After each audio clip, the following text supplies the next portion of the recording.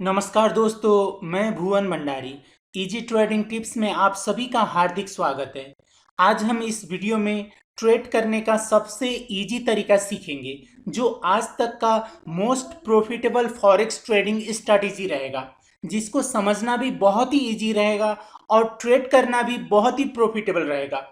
अगर आप सिर्फ इस स्ट्रैटेजी को शुरू में अपने ट्रेडिंग में यूज करते हैं, तो आपको ये स्ट्रैटेजी 99% ही नहीं बल्कि 100% फॉरेक्स ट्रेडिंग में इस्टेब्लिश कराएगा, क्योंकि इस स्ट्रैटेजी का रिस्क रिवॉर्ड रेशियो आज तक का सबसे अधिक रहेगा। तो चलिए आज का टॉपिक शुरू करते हैं।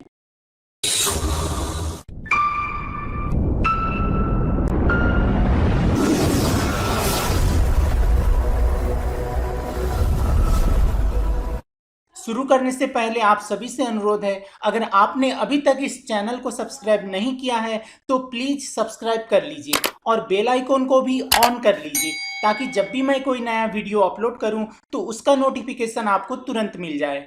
सबसे पहले हम MT4 चार्ट पर एक मूविंग एवरेज ऐड करेंगे। इंसर्ट पर जाएंगे, इंडिकेटर्स पर जाएंगे और यहाँ ट्रेंड पर हमें ये मूविंग एवरेज मिल जाएगा। तो ये बाय डिफ़ॉल्ट पीरियड 14 का होता है, इसको 200 करना है और ये जो सिंपल है इसको एक्सपोनेंशियल करना है। कलर आप कोई भी रख सकते हैं, थोड़ा मैं इसे ठीक कर लेता हूँ। फिर यहाँ ओके करते हैं। 200 पीरियड का एक मूविंग एवरेज हमने ऐड किया, बस इतना ही ऐड करना है और कुछ भी ऐड नहीं करना है। और ये कौन कौन से टाइम फ्रेम पर काम करेगा, ये आपका प्रश्न होता है। तो ये डे ट्रेडिंग के लिए 15 मिनट्स और 1 आवर सबसे बेस्ट है। मैं इन्हीं दो टाइम फ्रेम पर ट्रेड करता हूँ। आप इनके अलावा 4 घंटे 1 डे इन पर भी यूज कर सकते हैं, और इससे कम 15 मिनट से कम पर आप 5 मिनट्स पर भी कर सकते हैं। अगर आपका फॉरेक्स ट्रेडिंग का अकाउंट बहुत ही लो स्प्रेड वाला है और आपका फॉरेक्स ब्रोकर कमीशन भी चार्ज नहीं करता है या बहुत ही लो कमीशन चार्ज करता है, तो आप 5 मिनट्स पर भी कर सकते हैं। नहीं तो सबसे बेस्ट 15 मिनट्स और 1 आवर का होता है। और ये करेंसी पेयर कौन कौन से करेंसी पेयर पर ट्रेड करना है, ये भी आपका क्वेश्चन रहेगा। तो ये सारे जितने भी मेजर और माइनर करेंसी पेयर्स हैं, ये सारे करेंसी पेयर्स पर हम ट्रेड कर सकते हैं। ये आपको देखना आसान हो इसलिए मैंने यहाँ सीक्वेंसली ये करेंसी पेयर्स, लगभग 30 करेंसी पेयर्स हैं मेजर और माइनर, तो उनको मैंने यहाँ सिक्वेंसली लगा के रखा है। जैसे ए से आने वाले हुए, और उसके बाद बी से नहीं होते हैं, सी से हुए, डी से नहीं होते हैं, ई से, एफ से नहीं होते हैं, जी से। इस तरह सीक्वेंसली मैंने यहाँ पर लगा के रखा है, ये आप देख सकते हैं। इन्हीं करेंसी पेयर्स को आपके MT4 पर चार्ट सिलेक्ट करना है, लगाना है, लगभग 30 करेंसी पेयर्स का। अब हम ये स्ट्रैटेजी देखते हैं कैसे ट्रेड करना है। ये 200 पीरियड का मूविंग एवरेज है। हम इस मूविंग एवरेज पर सिर्फ ब्रेक एंड रीटेस्ट स्ट्रैटेजी ही यूज करेंगे। इससे पहले हमने जो ब्रेक एंड रीटेस्ट स्ट्रैटेजी सीखा था, वो क्या था, कैंडलस्टिक के टॉप पर या लो पर उसको ब्रेक करके रीटेस्ट करता था, उस पर हम ट्रेड करते थे। लेकिन ये स्ट्रैटेजी पर हम वैसा नहीं करेंगे, सिर्फ ये मूविंग एवरेज पर ब्रेक एंड रीटेस्ट करता है तो वहां पर हम ट्रेड करेंगे। यहाँ पर हम देख सकते हैं 1 आवर पर इस पर एक सिग्नल बना था, ये प्राइस लाइव चल रहा है। ये फ्रंट पेज में जो मिला है हमें उसी पर देखेंगे, बैक जानकर हम पुराना पुराना नहीं देखेंगे आज का, और ये फ्रंट पेज पर जो रिसेंटली बना है उसी पर देखेंगे। जैसे मार्केट नीचे था, पहले मूविंग एवरेज से नीचे था, नीचे रहने के बाद जब ऊपर जाता है तब हमें वॉच करना है। जब इस मूविंग एवरेज को क्रॉस करके ऊपर जाता है और सीधा क्रॉस करना है, इस तरह यहां से ऊपर गया, क्रॉस किया मूविंग एवरेज को, 50 पीरियड का मूविंग एवरेज को क्रॉस किया। क्रॉस करने के बाद आपको देखना है, वेट करना है इस मूविंग एवरेज पर। ये 200 पीरियड का जो मूविंग एवरेज है, इस पर सपोर्ट लेने के लिए आना है। सपोर्ट लेने के बाद यहां पर रिवर्सल कैंडलस्टिक बनता है तो वहां पर हम ट्रेड करेंगे, बाई का सिग्नल लेंगे। जैसे मार्केट यहां से सीधा ब्रेक किया, ऊपर किया, इस तरह सीधा ब्रेक करना है, इस तरह से नहीं करना है। जैसे यहाँ भी ब्रेक किया, नीचे ऊपर ब्रेक किया, यहाँ जिग जैग हुआ, ऐसा नहीं होना है। क्लियर, जब ब्रेक करेगा उससे पहले आपको यहाँ पर कुछ कैंडल्स देख सकते हैं, यहाँ पर बहुत सारे कैंडल्स थे जिन्होंने मूविंग एवरेज को टच नहीं किए थे, लेकिन यहाँ पर क्या था, ब्रेक किया तो भी टच कर करके किया, तो ऐसा वैलिड नहीं होगा। कुछ कैंडल्स 15, 20, 25, 30 कैंडल्स मूविंग एवरेज को टच नहीं करना चाहिए ब्रेक करते वक्त। ब्रेक किया, ब्रेक करने के बाद ऊपर गया, ऊपर जाते वक्त भी यहाँ पर कुछ 8-10 कैंडल्स का गैप होना चाहिए, मूविंग एवरेज को डिस्टर्ब नहीं करना है। उसके बाद ब्रेक करने के बाद नीचे आया, आने के बाद आपको यहाँ पर बुलिश एंगल्फिन, रिवर्सल कैंडल स्टिक जो होते हैं, हैमर हो गया, आपको बुलिश एंगल्फिन या हैमर मिलता है अच्छा, तो वहां पर हम ट्रेड ले सकते हैं। यहाँ पर नीचे आया, पहले क्लियर ब्रेक किया, नीचे आया, इस पर बैठ गया मूविंग एवरेज पर, इतने कैंडल्स रिजेक्ट हुए। यहाँ पर बुलिश एंगल्फिन कहाँ बना, यहाँ बना जैसा था लेकिन ये थोड़ा सा ग्रीन था, इसको छोड़ दीजिए। यहाँ पर एक बुलिश एंगल्फिन परफेक्ट बना है, ये बहुत ही अच्छा बुलिश एंगल्फिन बना है। जो हम एवरेज का बात करते हैं, बड़ा नहीं होना चाहिए ये बोलते हैं। ये देख सकते हैं यहाँ पर बुलिश एंगल्फिन बना है, रेड हम्मर बना था, उसके बाद परफेक्ट बुलिश एंगल्फिन इस मूविंग एवरेज पर बैठ के बना। तो ये कंप्लीट होने के बाद हमारा बाई का सिग्नल होता है। जैसे ही ये यहाँ कंप्लीट हुआ, हम यहाँ बाई करते हैं और इसका टारगेट आज तक का सबसे अधिक होगा, ये मैंने कहा। यानी टारगेट हम कितना लेंगे, 1:1.4 मिनिमम एवरेज कैंडल स्टिक पर। अगर बड़ा बुलिश एंगल्फिन बनता है तो वहाँ 1:1.4 नहीं होगा।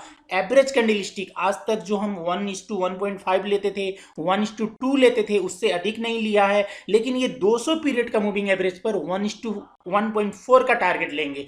तो यहाँ पर हमने बाई किया। इसका एसएल, ये जो कैंडल्स के ग्रुप हैं इनमें सबसे लो कौन है, ये है। तो इसके नीचे का जस्ट हमारा टारगेट होगा, यहाँ का एसएल होगा, इसके जस्ट नीचे का एसएल होगा जो 75 पॉइंट्स था, यानी 7.5 पिप्स था। तो 1:1.4 का टारगेट रहेगा, यानी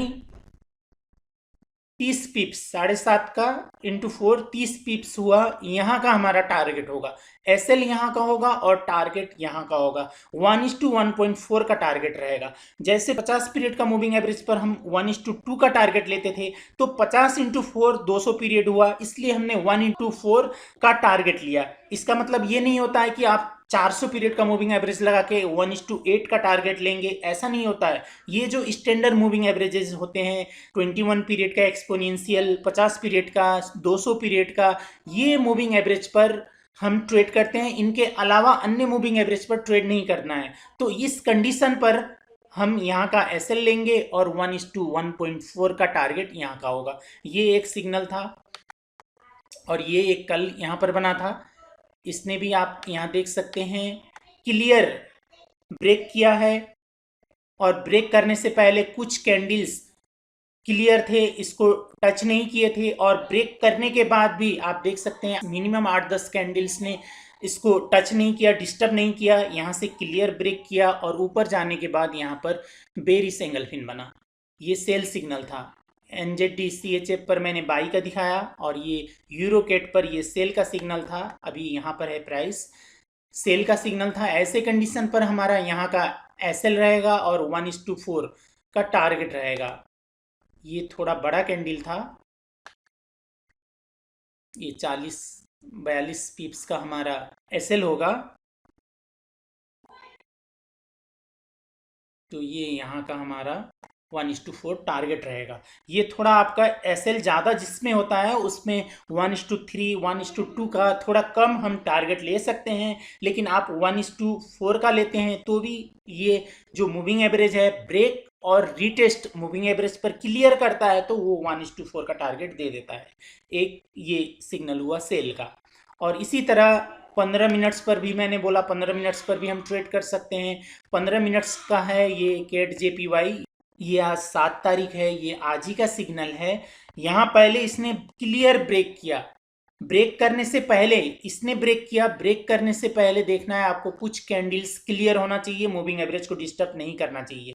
क्लियर ब्रेक किया, ब्रेक करने के बाद यहाँ पर रिटेस्ट करने गया, यहाँ भी गया था लेकिन ये ब्रेक ही हुआ। यहाँ पर हमारा कोई सिग्नल नहीं बना, ये ब्रेक करके यहाँ तक आया। पहले ये लो बनाया, उसके बाद यहाँ पर लोएस्ट लो बनाया, लोएस्ट लो बनाने के बाद यहाँ पर गैप था, कुछ गैप था, उसके बाद यहाँ पर गया और यहाँ से रिजेक्ट हुआ मार्केट। बेरिश एंगल्फिन का यहाँ पर हमें सिग्नल मिला। तो ऐसे कंडीशन पर हमारा यहाँ का एसएल रहेगा और 1:1.4 का टारगेट रहेगा। ये एसएल थोड़ा ज़्यादा आपको लगता है तो थोड़ा कम कर सकते हैं, 13 पिप्स का है, 52 पिप्स का होगा, थोड़ा नीचे और होगा 1:4। अभी हमें इसने 1:4 का टारगेट नहीं दिया, 1:3 का दे दिया है। अभी ये मार्केट नीचे जा सकता है, 1:4 का भी टारगेट मिल सकता है, लेकिन ऐसा बड़ा रिवर्सल कैंडलस्टिक होता है, बड़ा एसएल का कैंडलस्टिक होता है, तो वैसे कंडीशन पर हमें 1:3 का टारगेट लेना है। और ये 1:4 पर भी 80% सक्सेस रेट मिलेगा, यानी 10 ट्रेड ऐसा करेंगे तो उसमें 8 ट्रेड आपका पॉजिटिव जाएगा, वो भी 1:4 पर। इसलिए इसको मैंने most profitable forex trading strategy कहा। और इसी मूविंग एवरेज को यूज करके दूसरा और एक स्ट्रैटेजी है, वो हम नेक्स्ट वीडियो में सीखेंगे, उसका भी टारगेट 1:1.4 रहेगा। तो आज के लिए बस इतना ही। ये वीडियो देखने के लिए आपको बहुत बहुत धन्यवाद।